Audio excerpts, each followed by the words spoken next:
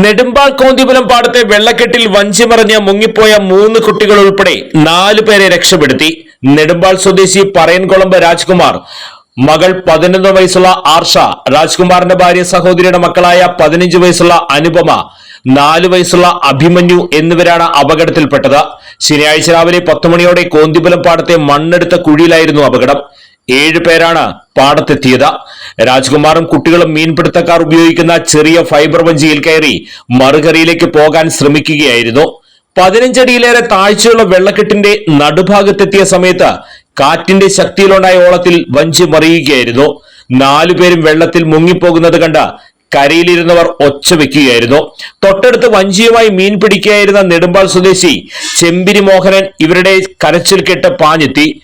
മുങ്ങിപ്പോയ കുട്ടികളെയും രാജ്കുമാറിനെയും രക്ഷിച്ച് കരയിലേക്ക് കയറ്റുകയായിരുന്നു. മോഹനന്റെ സംയോജിതമായ ഇടപെടലാണ് വലിയൊരു ദുരന്തം ഒഴിവായത്. നാട്ടുകാർ വിവരമറിയിച്ചതിനെ തുടർന്ന് ഇരിങ്ങാലക്കുടയിൽ നിന്ന് ഫയർഫോഴ്സും സ്ഥലത്തെത്തിയിരുന്നു. 4.5 പതിറ്റാണ്ടായി കോന്തിപുരം പാടത്ത് നെൽകൃഷി ചെയ്യുന്ന കർഷകനാണ് 62-കാരനായ മോഹനൻ.